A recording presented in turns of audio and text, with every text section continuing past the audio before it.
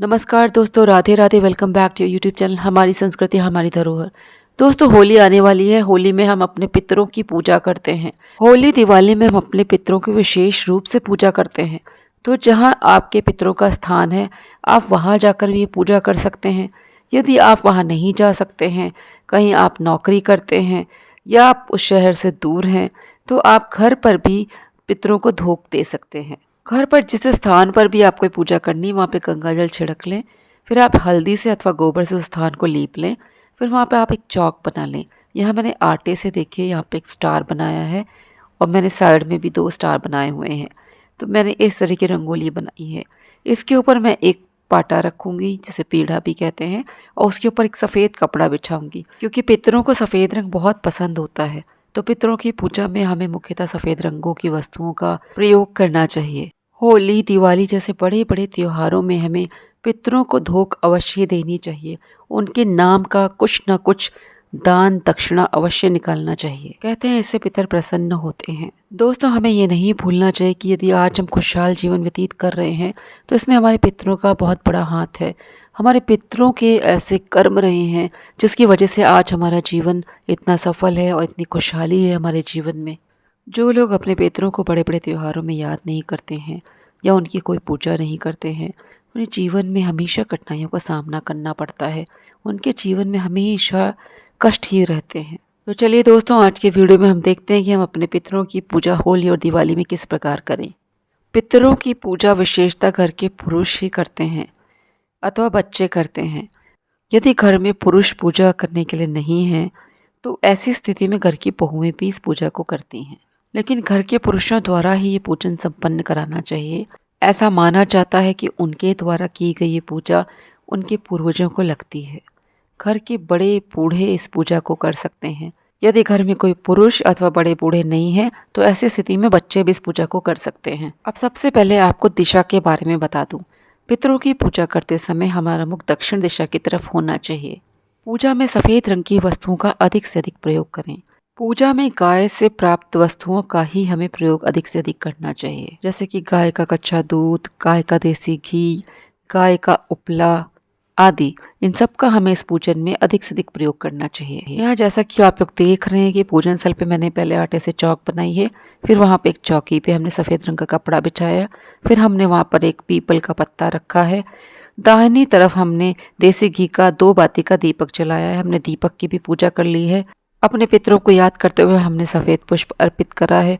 उन्हें वस्त्र रूपी मोली अर्पित करी है। यदि आपकी आर्थिक स्थिति अच्छी है, तो आप अपने पितरों और पितराणी के लिए वस्त्र ज़रूर अर्पित करिए। कोशिश करें कि सफ़ेद रंग के वस्त्रों को अपने पितरों को अवश्य अर्पित करिए। कुछ नहीं तो आप एक गमछा अर्पित कर सकते हैं या कोई रुमाल ही अर्पित कर दीजिए।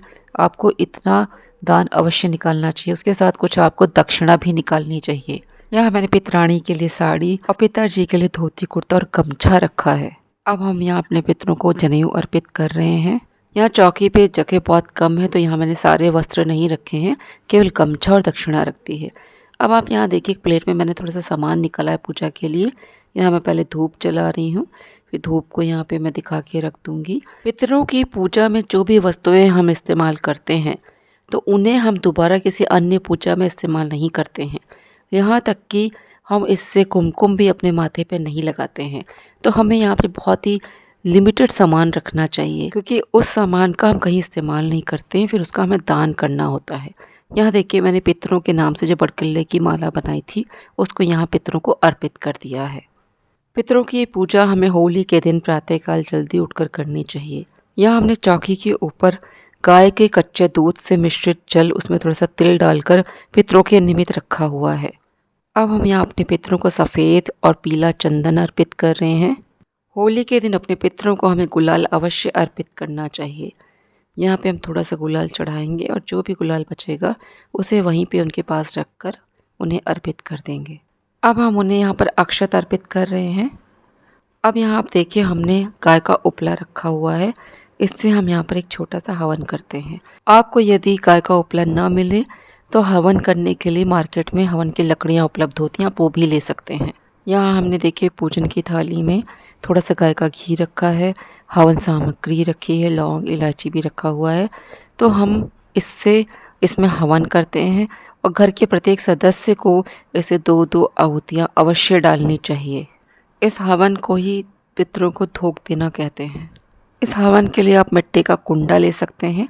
उसमें आप गाय के उपले को गैस पे गर्म कर लें या कहीं भी आग में गर्म करके फिर इस कुंडे में रखें, फिर उस पे हवन करें। यहाँ देखिए मैंने पितरों को सफ़ेद पुष्प अर्पित कर दिए। आपको मैं पूजा करके दिखा रही हूँ, लेकिन ये पूजा घर के पुरुष ही करते हैं। इस मिट्टी के कुंडारे में हम आटे से अथवा हल्दी से एक सतिया बना लेंगे, फिर उस पे हम गाय के उपले को गर्म करके रख देंगे। अगर आप लकड़ियों से हवन करना चाहते हैं तो आप इसमें लकड़ियाँ रख के उसमें कपूर डालकर इसको अग्नि को प्रज्वलित करके तब हवन करिए। यहाँ देखिए मैंने देसी घी डाला है, थोड़ा सा यहाँ पे कपूर भी डाला है और फिर इसमें अग्नि प्रज्वलित हो गई है। अब हम अग्निदेव का पहले पूजन करते हैं, उनका आवाहन करते हैं, पुष्प अक्षत रोली उनको सब अर्पित करते हैं, कलावा भी अर्पित करते हैं, फिर हवन को हम आरंभ करते हैं। इसमें आप 5 या 7 घी की आहुतियाँ देकर भी हवन कर सकते हैं, या आप हवन सामग्री की भी 5 या 7 आहुतियाँ दे दीजिए, या आप घी और हवन सामग्री दोनों की ही इसमें आहुतियाँ देकर हवन कर सकते हैं। पितरों के हवन में हम कभी भी स्वाहा नहीं बोलते हैं, हमें यहाँ पे स्वधा बोलना चाहिए। पितृदेवो तस्मै स्वधा। यहाँ देखिए कितनी अच्छी तरीके से अग्नि प्रज्वलित हो गई है। इसमें घी की आहुतियाँ दी जा रही हैं। इस पूजा में घर के प्रत्येक सदस्य को सम्मिलित होना चाहिए और इसमें आहुतियाँ डालनी चाहिए। इस दिन क्योंकि मुख्यतः पूर्णिमा रहती है तो हमें खीर अवश्य बनानी चाहिए। पितरों को सफ़ेद चीज़ों का भोग बहुत ही प्रिय है, तो मैंने यहाँ पे खोए की, गाय के दूध की मिठाई रखी है, गुछिया रखी है, हमारे यहाँ अठावरी बनाई जाती है तो वो भी रखा है, उसके ऊपर बताशा रखा है और खीर रखी है। तो हमें इस अग्नि में इन सबको अर्पित भी करना चाहिए। 5 या 7 बार इसको अग्नि में भोग हमें इससे लगाना चाहिए। बताशे को आप घी में डुबो करके इसी अग्नि में समर्पित कर दीजिए तो हमारे पितरों तक ये पहुँच जाता है। कहते हैं किसी भी देवता की पूजा आप यदि करना चाहते हैं, उनको यदि भोग लगाना चाहते हैं तो अग्नि के माध्यम से आप उन्हें उन तक भोग पहुंचा सकते हैं। इस तरह से आपने जो भी वस्तुएं भोग के लिए यहाँ पे रखी हैं उन्हें अग्नि में आप भोग लगाइए, तो इससे आपके पितरों को भोग पहुंच जाता है और पितर प्रसन्न होते हैं और अपना आशीर्वाद देते हैं। यहाँ हमने जितने भी वस्तुएं भोग के लिए रखी हैं उन सब का अग्निदेव में भोग लगा रहे हैं। देखिए हमने खीर और अठावरी का भी भोग लगा दिया है। 5 या 7 बार भोग लगाने के बाद यहाँ पे या तो आप जल से आचमन करवा सकते हैं अथवा आप घी को ही इसमें अंत में डाल देंगे तो उससे उनका आचमन हो जाता है। घी को इसी हम जो हवन कुंड है इसी में डाल देते हैं। यहाँ मैंने घी अंत में डाल दिया है, इससे उनका आचमन करवा दिया है। पितरों के निमित्त जो हम हवन करते हैं इसमें घी भी आपको बहुत ही लिमिटेड निकालना होता है, बहुत ज़्यादा मात्रा में नहीं निकालना होता है, क्योंकि इस बचे हुए हवन सामग्री और घी आदि का हम कहीं भी दोबारा पूजन में उपयोग नहीं लाते हैं। यहाँ जो पूजन की थाली में घी और हवन सामग्री रखी है उसे परिवार के प्रत्येक सदस्य को हवन कुंड में डालना चाहिए। आपने यहाँ पर जो वस्त्र और दक्षिणा चढ़ाई है इसे आप अपने मानधान को दे सकते हैं अथवा किसी मंदिर में ब्राह्मण आदि को दान कर सकते हैं। तो इस तरह बहुत ही आसान विधि से आप होली जैसे बड़े त्योहार में अपने पितरों को धोख दे सकते हैं। जो आपने यहाँ पे भोग सामग्री चढ़ाई है इसको आप गाय को खिला दें, हमें गाय को खिला देना चाहिए। हवन हो जाने के बाद ये जो हमने मिट्टी का कुंडा रखा है और इसमें जो हवन की राख होगी इसका सबका हमको विसर्जन कर देना चाहिए। तो दोस्तों आज का वीडियो मैं यहीं पे समाप्त करती हूँ। यदि वीडियो में दी गई जानकारी आपको उपयोगी लगी तो वीडियो को लाइक करें, शेयर करें और चैनल पर पहली बार आए हो तो चैनल को सब्सक्राइब करना ना भूलें। दोस्तों मैं ये आपको बताना भूल गई कि आपने यहाँ जो जल से भरा लोटा रखा जिसमें तिल है इसको आपके घर के पुरुष या बच्चे दक्षिण दिशा की तरफ मुख करके पितरों को इससे तर्पण दे देंगे। होली से रिलेटेड सारे वीडियोज़ आपको मेरे इस चैनल पर मिल जाएंगे, तो आप उन सबको देख सकते हैं। तो अब मिलेंगे नेक्स्ट वीडियो में। जय श्री कृष्णा, जय श्री राधे।